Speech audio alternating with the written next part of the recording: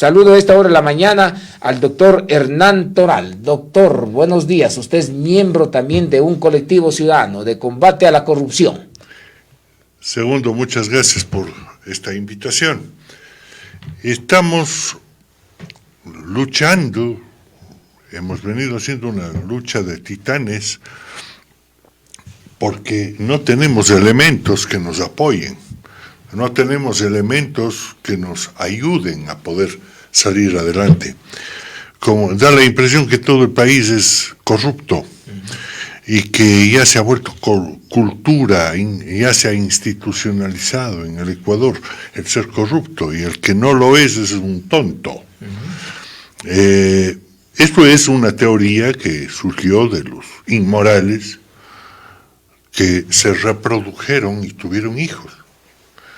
Y para justificar sus inmoralidades ante sus hijos, decían: hay que ser vivo, hijito.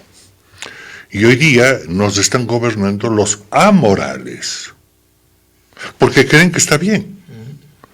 Y que ser lo contrario, es decir, tener manos limpias, no haberse ensuciado las manos, no haber sido conveniente y haber sido incapaz ante la corrupción, es ser tonto. Pero eso es mal visto, doctor. No.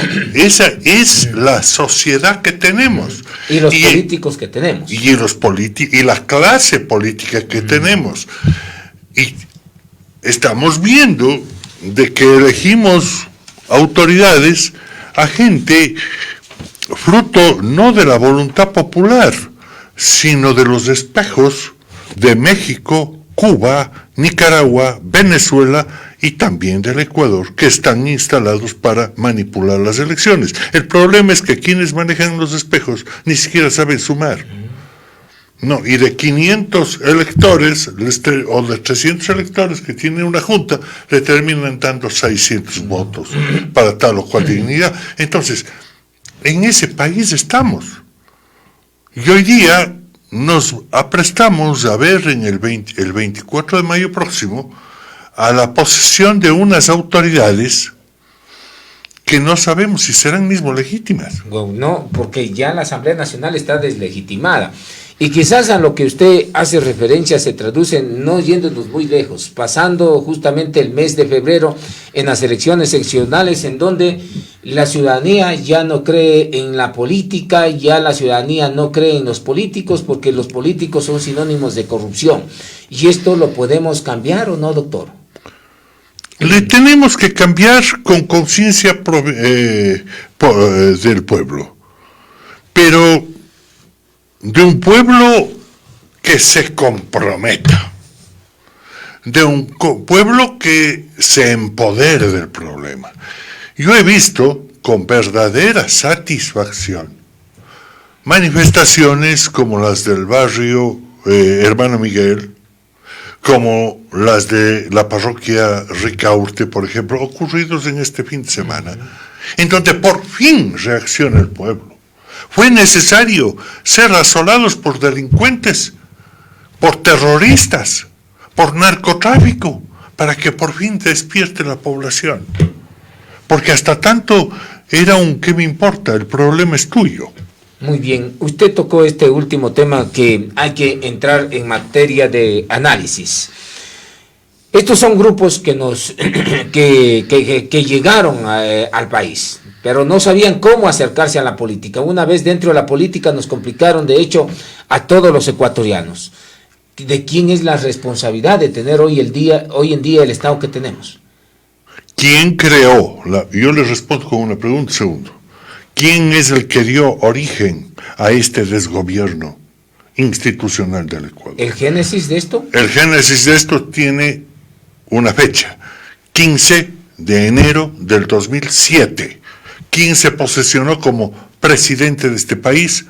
Un hijo de delincuente llamado Rafael Correa Delgado, que quiere reivindicar a su padre, un delincuente convicto en Estados Unidos, y hacerle hombre honorable.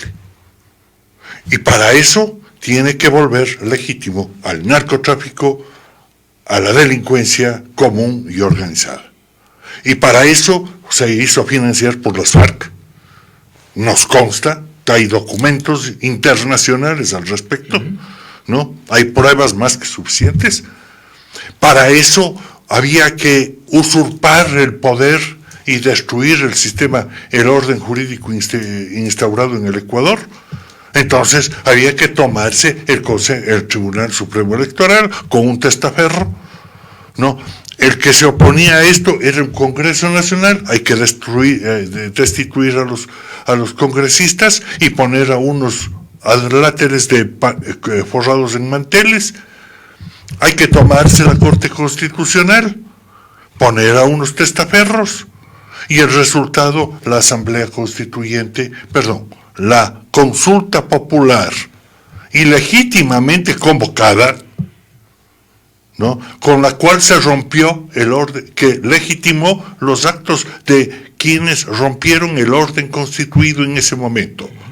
De ahí que, para mi modesto entender, el sistema nacido de esa consulta popular que dio origen a la Asamblea de Montecristi, etcétera, etcétera, etcétera, da como resultado una constitución que es ilegítima, la de los plenos derechos, la de la ciudadanía universal, donde entraron toda la crema innata de la delincuencia internacional para dañar nuestro país.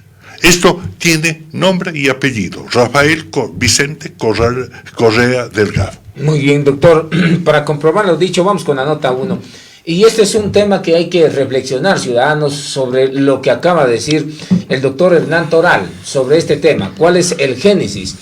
Y para corroborar lo dicho, miren en un documental que circuló y que ya lo han bajado de todas las redes. No quieren dejar rastro, pero quienes tenemos el material guardado siempre lo vamos a recordar, porque la ciudadanía sufre de amnesia. Siempre hay que olvidar lo que ya pasó. Esto es lo que pasó en el gobierno de Rafael Correa Delgado. Miremos el videito. Dentro de la investigación policial, se estableció que José Ignacio Chauvin, en ese momento funcionario del Ministerio de Gobierno, fue quien retiró dinero en efectivo de la aeronave mexicana para la compra de droga a las FARC.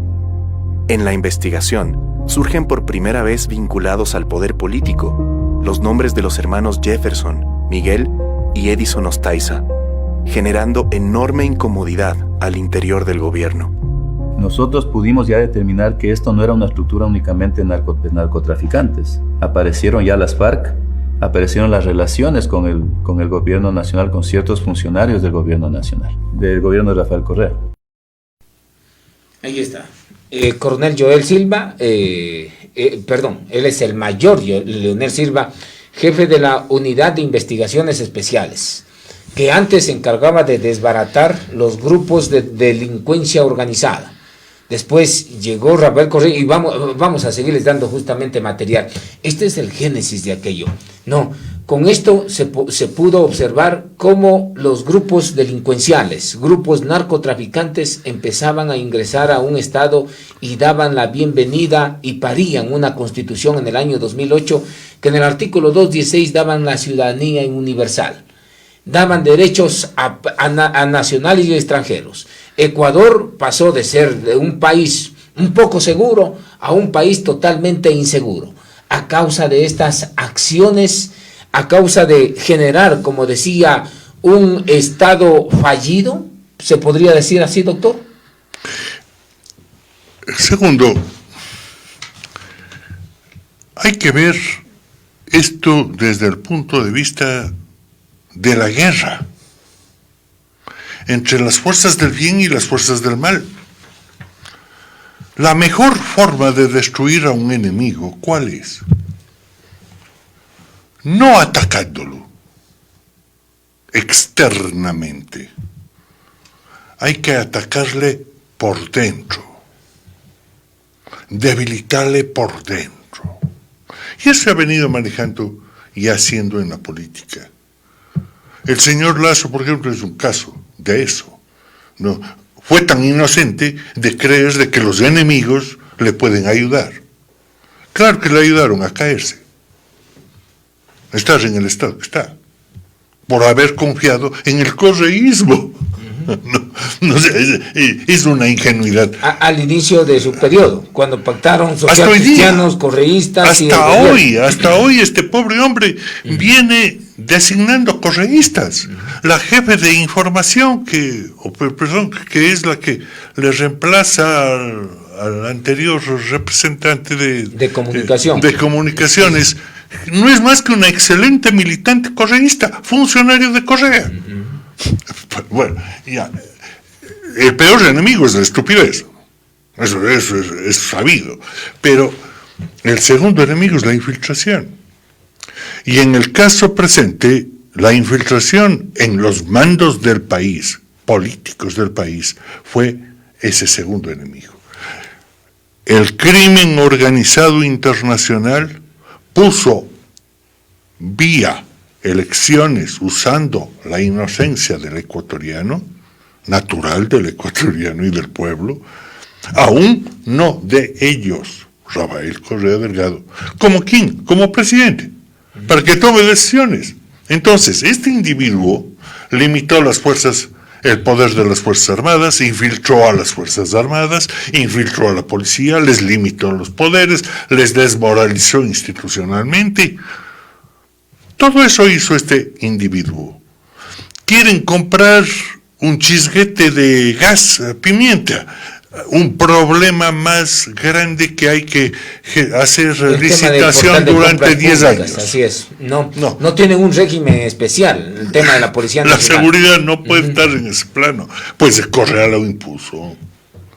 Entonces el resultado... Para desinstitucionalizar. Entonces este rato les tenemos a unos pobres policías armados de camisetitas blancas y globitos para protestar contra el señor delincuente. Y preguntarle al señor delincuente, ¿tiene la intención real usted de disparar en contra de mi integridad física o no? Y el señor delincuente le dice sí. Entonces el policía tiene que responder diciendo, usted primero, caballero. Por Dios. Y eso es proveniente de derecho. Perdóneme, eso proviene de la delincuencia. Y la delincuencia redactó un código integral penal. Y la delincuencia redactó una constitución de la República. Para ampararse ellos y dejar desprotegida. Este rato están protegidos por eso. O sea, las leyes están armadas y hechas para proteger a delincuentes. Redactada por delincuentes para proteger a delincuentes en contra de una población que tiene que encerrarse en sus casas. Pero van por dos lados, para proteger a delincuentes de grupos de delincuencia organizada y para también proteger a delincuentes políticos. Porque esto también se generó el tema de la impunidad. Pero claro, si son lo mismo. Casi no hay diferencia. Estamos viendo que el conviviente de la señora esta Cabezas de lunes o de lo que sea, ¿no? De Esmeraldas, es uno de los tiguerones de los... Por Dios, sí. Y ese señor era uno de los que se tomaba fotos con Rafael Correa, por Dios. Haciendo los signos de los cachos y los demás. Claro, así como el asambleísta Aliaga, que es de los grupos urbanos de los Latin Kings, una peligrosa ellos ya quedaron fuera de moda, ya evolucionario, pero los otros son los activos. No, perdóneme, este país no se arregla con 6 meses de muerte cruzada. Esto no se arregla así, esto se arregla con una nueva constitución de la República que cambie todo el aparato jurídico que estos canallas construyeron. Muy bien, pero ¿cree que lo van a dejar los grupos transnacionales? Y me refiero directamente a lo que decía en ese entonces el comandante de las FARC, de las Fuerzas Armadas Revolucionarias de Colombia, en ese mismo documental, la nota 2. Mire lo que decía Raúl Reyes, cuando aquí en el año 2005, el año 2006, se generó un congreso bolivariano en la Casa de la Cultura, en la capital de la República. Esto pedía, veamos. Para que la insurgencia colombiana sea reconocida como fuerza beligerante, para que sea excluida igualmente del listado de los terroristas. Ahí está, Raúl Reyes Delgado eso pedía en ese congreso bolivariano que se generó justamente aquí, y esto era una idea del chavismo. Ahora, ¿qué tan complicado viene a ser desmantelar esta banda que se ha tomado el Estado, como decía César Montúfar, para delinquir en contra de los 18.500.000 ecuatorianos? Primero, lo que han pedido los comandos conjuntos de las Fuerzas Armadas. ¿Declarar terroristas? Declarar terroristas a los terroristas. Uno. En segundo lugar, tener los pantalones, los cojones para tomar la decisión. Creo que el entorno del presidente Lasso le impide tomar esas decisiones. ¿Por qué? Porque no es un entorno leal. Así de simple. Y frente a eso, la solución no es paliativos. Alguien diría, llamemos a constituyente. ¿Quién es el que va a llamar a esas elecciones? El Consejo Electoral. Con un programa de conteo de votos y de escrutinio hecho por cubanos en Cuba. ¿Qué experiencia tienen los cubanos en Cuba? ¿Y qué saben de democracia justamente no saben. Cuba? Así es. De la democracia representativa que nosotros conocemos no tienen noción, pero sí tienen noción como para hacer un programa con espejos en México, en Venezuela, en Nicaragua, en Cuba y en el Ecuador. Eso sí saben, porque el fraude es la herramienta de ellos. Entonces, ese Consejo Electoral va a ser un proceso electoral para nombrar asambleístas fraudulento, como ya pasó en febrero de este año. Y no se hace nada para evitar, para investigar eso. Es decir, son más de lo mismo. Vamos a llamar a una constituyente para poner constitucionalistas de ese nivel elegidos por la asamblea de los correístas. Vamos a llamar a un proceso de renovación de vocales del Consejo Nacional Electoral a través de un Consejo de Participación Ciudadana con un banco de inscritos en donde apenas 2 o 3 personas son imparciales y el resto es militancia correísta. Por favor. Entonces, todo está amarrado. Lo que alguien decía con mucha propiedad, esto es un nudo gordiano. Mientras más intento desamarrar, el nudo más se complica. Entonces, lo que hay que hacer es algo drástico. Y para eso el pueblo tiene que hablar. Mire, doctor, hay un tema bastante importante después de lo que acabamos de ver de Raúl Reyes. El excomandante de las FARC allá en Colombia. Después de lo que dijo esto en el año 2008, que me ratificó, doctor, pues existió, esto fue la herramienta del cabildeo para que estos grupos terroristas efectivamente no sean combatidos y que se los saque de esta lista internacional de grupos terroristas. ¿Y quién empezó en América Latina todo esto? Fue el mismo Rafael Correa Delgado.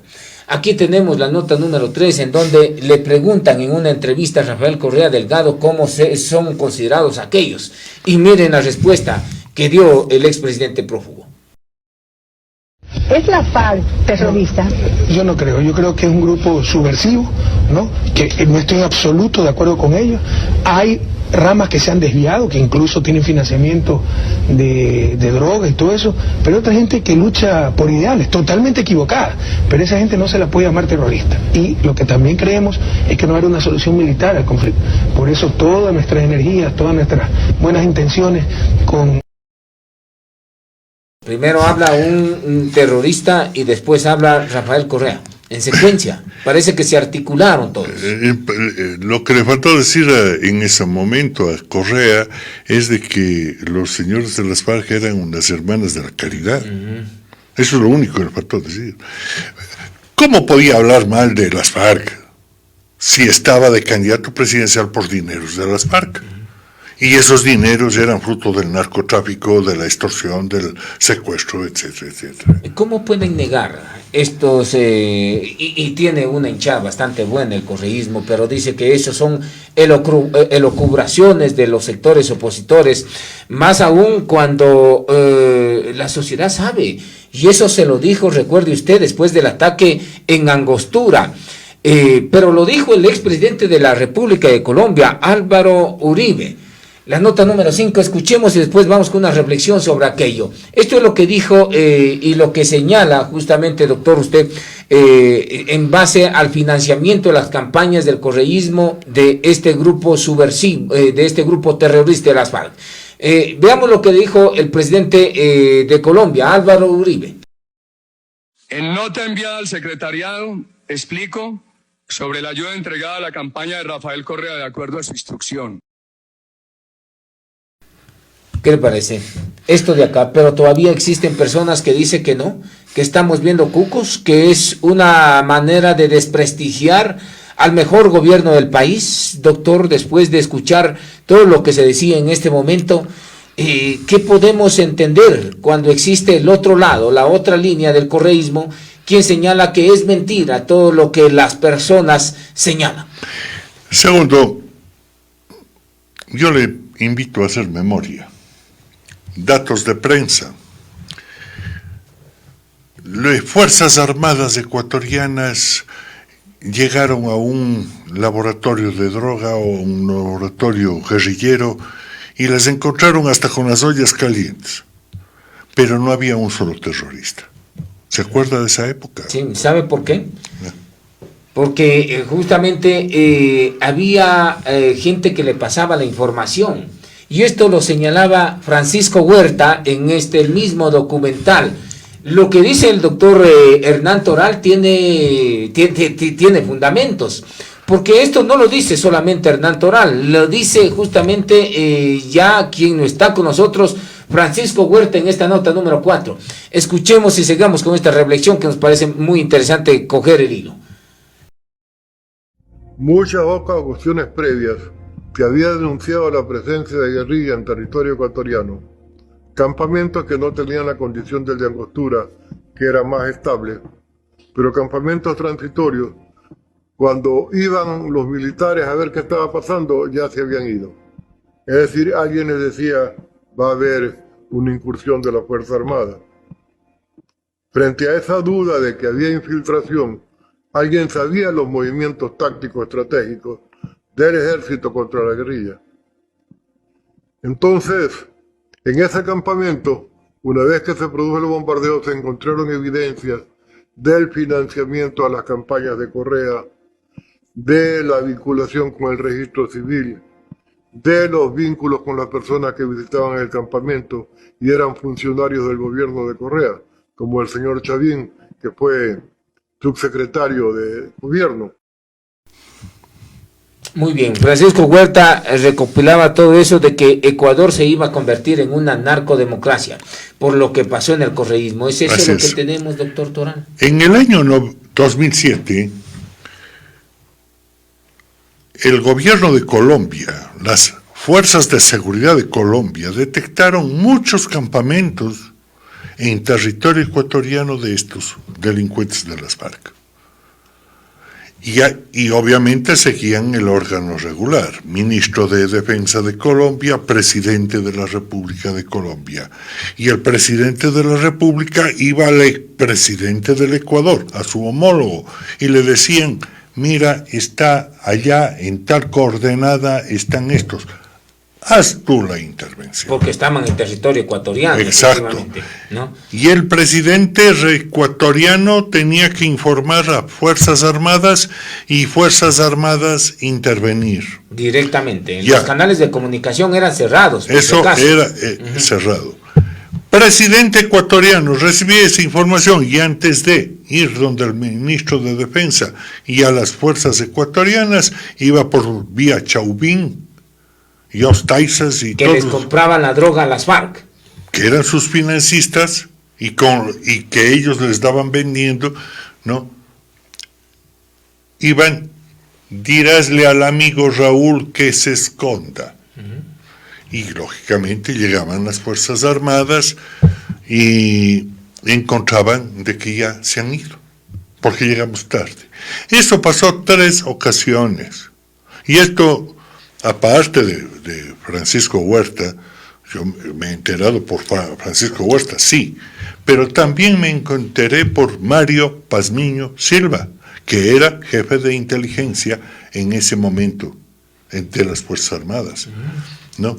Ellos sabían perfectamente la situación, pero eran informados después, filtrados en el Palacio de Carondelet la información. Entonces, ¿qué hizo en Angostura, mes de enero? Ya no les avisaron nada. Como es de madrugada, el presidente esperó a que duerma bien y al día siguiente le contó, cuando ya todo estuvo hecho. Ahí sí, justamente esta intervención en Angostura terminó con la vida de Reyes, claro, del camarada Reyes. Pero tuvieron que ser los colombianos por vía directa, respetando el sueño del señor Correa, para no molestarle, los que nos den arreglando el problema. Si le decían nuevamente el presidente a Rafael Correa, ¿qué pasaba? ¿No los mexicanos, los argentinos, los diablos esos que estaban ahí de visita turística a Reyes, de nuevo se hubieran salvado. Eso es todo. Entonces, hemos tenido al enemigo en casa. Y lo tenemos todavía. Y se llama UNES. Tiene un brazo armado que es la delincuencia. Y la delincuencia la tienen en pasantía en las fuerzas, en las cárceles, y sueltos también, la parte operativa. Y siguen con un marco jurídico que les protege. No, y se han tomado la función judicial. Hay que hablar con los términos que son. Se han tomado la función judicial con el banco de elegibles seleccionado por Gustavo Yalc. Esos que no llegaron al 70 sobre 100 para ser judiciales. En el concurso de méritos y oposición. O sea, ¿no? Los que reprobaron. Con esos ya los han ido principalizando y este momento esos principalizados desechados son jueces. Y esos jueces a cambio de o en cuanto a que están sacando libres a los delincuentes. Así de simple. Estos jueces son los fusibles entonces del correísmo. Ya, y ahí me viene un señor Terán a decir que les van a investigar por 3 meses con sueldo. Pero siguen trabajando. Siguen administrando justicia. Estos sinvergüenzas.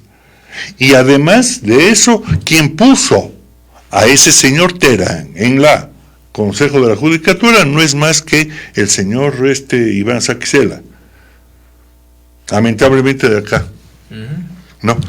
Bueno, por favor. Y por otro lado, el primo de Saquicela quiere ser presidente de la República.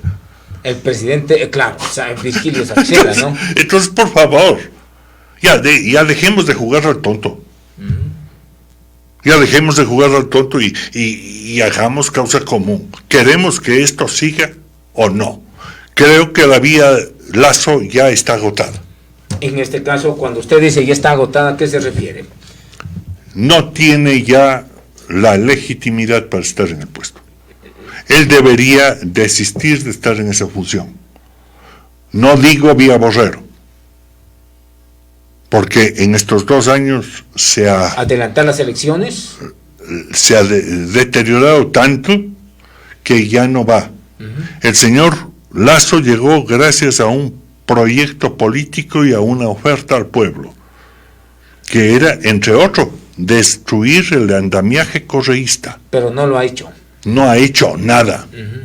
Entonces el señor ya no debe estar aquí. Muy bien, entonces vamos por otro lado y vamos preguntándole directamente, porque este análisis justamente lo hemos generado para seguir recordando la manera en cómo el Ecuador se convirtió de un estado pacífico a un estado violento, en donde los grupos de delincuencia organizada y los políticos de mal andar pues nos dan a los ecuatorianos en este año 2023 el Ecuador que tenemos.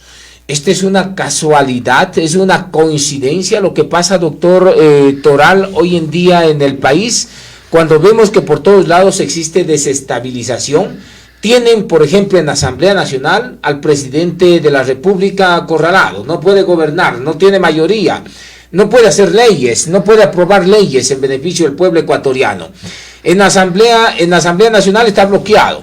Si vamos al tema relacionado a las calles, grupos de delincuencia organizada, en donde se amanecen personas hasta con explosivos en su cuerpo. Hay bandas que han terminado con la vida de muchos ecuatorianos. El día de mañana, pasado mañana, no se sabe en dónde irá a ocurrir la balacera y siguen apareciendo los muertos. Y por el otro lado, tienen un tercer frente en donde le utilizan al señor Leonidas Issa, que también amenaza con hacer del Ecuador un estallido social. ¿Cómo se puede entender esta situación o cómo se traduce esta situación en un ambiente en donde el presidente Guillermo Lasso no puede gobernar, con estos tres frentes que se les abren? Yo digo lo siguiente: es un estado de hostigamiento perfectamente orquestado. ¿Están generando este escenario? Perfectamente orquestado. ¿El correísmo está generando este estado? El correísmo no tiene la estatura intelectual para hacer eso. ¿Quién entonces está? Es el comunismo internacional, el Foro de Sao Paulo, el Foro de Puebla, organismos multinacionales. ¿En dónde que están organizados. El ataque comienza con el asunto de los géneros, de las ideologías de género, de que la población tiene que ser hermafrodita para evitar de que nos reproduzcamos y vivamos como especie. Volviéndonos hermafroditas, hombres y mujeres, vamos a terminar la especie humana en los próximos 100 años. El tema de la ideología de género salió justamente de este famosísimo Foro de San Pablo, ¿no? Ya, entonces, estamos procurando por ahí. Hemos pasado 1 año y un poco más con esa payasada. No, el momento que a mí me justifiquen biológicamente de que el hombre como ser humano, como sujeto sexual, tiene entre sus órganos un útero atrofiado y que para llegar a él hay que hacerlo por el ano, ese rato yo me hago partidario de la ideología de género. Pero mientras eso no me prueben, yo seguiré a la tradicional, a la antigua, de que quien puede reproducir es la mujer, porque ella tiene biológicamente la composición para eso. Ya, mientras no me demuestren lo contrario, yo sigo pensando así. Muy bien. Entonces, ideología de género, información auspiciada por grupos de estos del Foro de Sao Paulo. 1. 2. El narcotráfico. 2. Hay que legalizar las drogas. 3.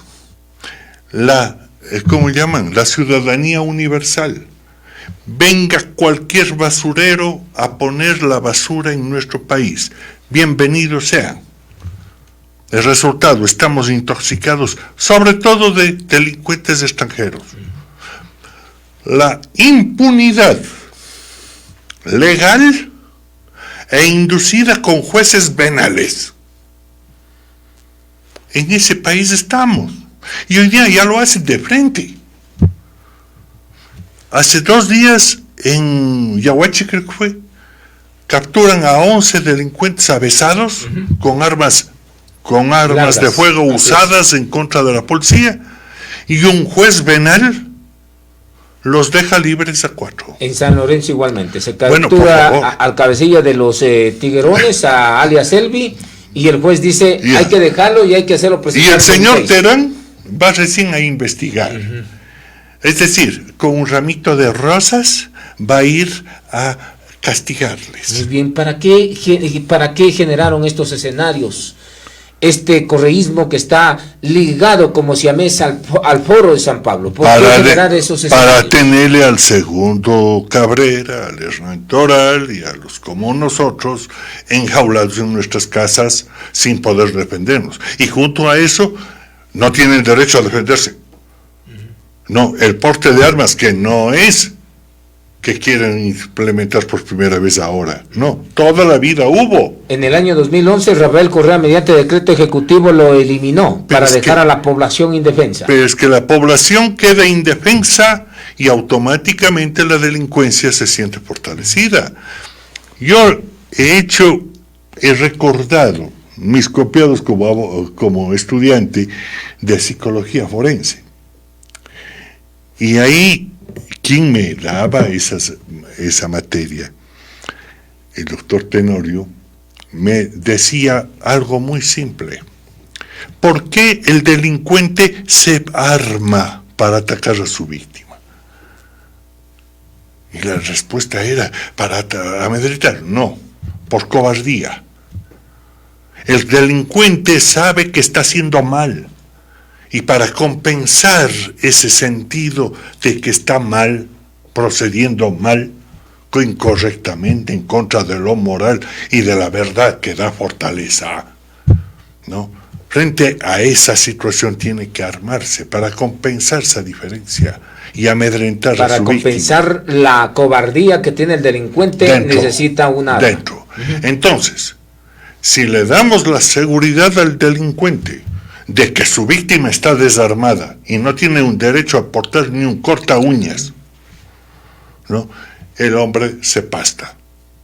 Pero el momento en que el delincuente tiene la sospecha de que su víctima puede estar armado, se retiene, se priva de tomar la decisión. Piensa 2, 3 veces.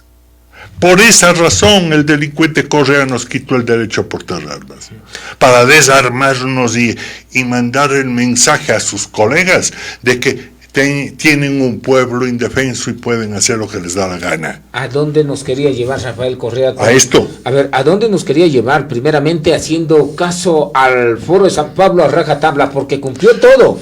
Sacó primeramente el tema de la base de Banta, valiéndose en el asunto de soberanía nacional, ¿no? Después, en el año 2011, eliminó el tema del porte de armas. Después siguió más adelante, una vez sacada la base de Banta para que exista consumo, como 20 caramelos aquí, puso una tabla de consumo de drogas aquí en nuestro país. Entonces, ante esos escenarios, la pregunta que me queda hacerle, doctor, es ¿a dónde nos quería llevar Rafael Correa Delgado? Pero yo en su exposición le hago algunas objeciones y observaciones también. Se queda corto usted en sus críticas. El SECAP desapareció en la época de Correa. ¿Por qué?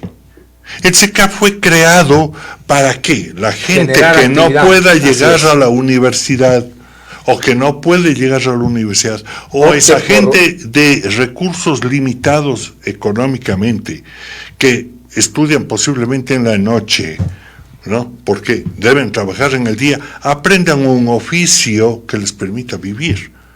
Muchos artesanos se construyeron, digo yo así, en el SECAP, Servicio Ecuatoriano de Capacitación Profesional, no para oligarcas, sino para gente del pueblo. ¿Ya? Eso desapareció con Correa, porque había que generar una población pobre de vagos, que no tengan oficio ni beneficio, no pueden trabajar los menores de 18 años. Acuérdese esas decisiones. Así es, no, la ley... Porque va en contra de los derechos humanos. El código, de hecho, el Código de la Niñez y Adolescencia lo señala y lo sigue señalando justamente eso. Yo, mi querido amigo, que no soy clase proletaria, no vengo de un hogar proletario, soy un clase media. Me eduqué en un colegio llamado Antonio Ávila Maldonado, en el turno de la nocturna, ¿ya? Y mis compañeros no eran burgueses, eran gente de pueblo, eran aprendices de mecánica automotriz, de latonería, de ebanistería, de orfebrería. Esos eran mis compañeros. Yo conocí a ese tipo de gente honorable del pueblo, que estudiaba en la noche para ser mejores y trabajaba en el día. Uno de mis compañeros, lamentablemente fallecido, segundo Augusto Bustamante, que llegó a ser jefe financiero de la Municipalidad de Cuenca y de la empresa Tapa. El mejor egresado en la historia del Colegio Antonio Ávila. Hombre de pueblo, que en el día trabajaba como ascensorista municipal. Muy bien. Ese tipo de gente formamos en el Ecuador. Pero no, como son menores de 18 años ya no tienen derecho a trabajar. Ya no tienen derecho a formarse. Tienen que estar en las calles siendo vagos, consumiendo las dosis mínimas. Ahora, doctor, esta situación nos va a llevar a preguntar otras cosas más, como por ejemplo el tema y el estribillo de que recuperar la patria. Y hoy en día el prófugo de la justicia nos habla que hay que recuperar la patria, que anteriormente estábamos viviendo en un paraíso, el paraíso comunista, de lo que ellos llaman el paraíso del socialismo del siglo XXI. Entonces, no es de que todo lo estamos viendo quizás apocalíptico, porque dice él de que recuperó la patria y se llenó, al lado de él estaban gente de manos limpias, mentes lúcidas y corazones ardientes. Esa es la venta de escaparate, ¿no? Donde le muestran bonito. Este rato me acuerdo de aquel cuento de la persona que muere y su alma va al cielo para presentarse ante don San Pedro y pide ingresar y le dicen, bueno, tú tienes que hacer una pasantía. Ya estás aquí tocando violines, arpas y todo lo demás, ahora anda al infierno a que veas lo que es. Y en el infierno llega, se encuentra con sus amigos, con mujeres de lo mejor, las más guapas del mundo, en las mejores orgías, los mejores banquetes, etcétera, etcétera. Entonces él escoge y dice, el infierno está más divertido, ¿no? Sube al cielo y dice, me voy a ir al infierno porque está bonito. Cuando regresa ya se encuentran las brasas y las candelas. Entonces cuando pregunta, pero si hace un rato vi que estaban banquetes y fanfarria de mis amigos. No. Hace un rato estabas viendo la campaña electoral. Ahora es la verdad. Eso es todo. Una cosa es lo que nos ofrecen estos delincuentes y nos dicen, así va a ser el paraíso terrenal que te ofrecemos, y otra es muy distinta a la realidad. La realidad es confiar el país en manos de delincuentes y de bandas organizadas para que nuestro país se vuelva un recinto de la delincuencia, como lo es Haití. No, y si no te sometes, mueres. Y si no me das a tus hijos y a tus hijas para que sean mulas o sean parte de esto, mueres. Ese es el sistema. ¿El correísmo se está reestructurando? ¿Está tomando fuerza? Con el Consejo Electoral actual, con el sistema de cómputo de votos computarizado diseñado por Cuba, sí está tomando fuerza. Pero si volvemos por una vez a un sistema manual de escrutinio de votos, manejado no por estos, sino por Fuerzas Armadas, por ejemplo, va a ver que el resultado es diferente. Doctor, ¿qué patria nos pueden dar recuperando la Revolución Ciudadana si nuevamente le damos la posibilidad al el ecuatoriano que vuelvan ellos a recuperar la patria, la Revolución Ciudadana? ¿Qué patria nos pueden devolver? Porque ellos hablan de recuperar la patria. Ante una delincuencia armada, tenemos que poner gente que nos defienda. Usted dirá quiénes son. Yo pienso que Fuerzas Armadas son todavía el referente ético que tiene el país. Y el hecho de que les permitan ya intervenir, viendo al adversario como lo que es, un terrorista, no, ya es el primer paso. Bien. ¿Pueden recuperar la patria o qué patria ellos hablan de recuperar? Quienes tienen calidad moral para imponer el orden, tienen que ser los encargados de recuperar la patria. ¿El correísmo ya no tiene la calidad moral? Nunca lo han tenido. Nunca lo han tenido. ¿En manos de quiénes va a estar la provincia de Azuay, por ejemplo? ¿En manos de quién están los órganos seccionales del país? Perdónenme, voy a usar una palabra que no debo pronunciarla en unas palabras, que no debo pronunciarlas en un medio de comunicación. Pero la sociedad ecuatoriana no puede estar dirigida ni por chulas ni por meretrices. Bastante claro, doctor, y ahí llega justamente también el mensaje a la izquierda democrática, ¿no? Que tiene sus candidatos por ahí, también que tienen esos negocios tan coloridos de hoy en día, ¿no? Doctor, le quiero agradecer a usted por compartirnos estas reflexiones para el ciudadano y para el mandante, para que no se equivoquen nuevamente. Dios mediante. Estamos a las órdenes.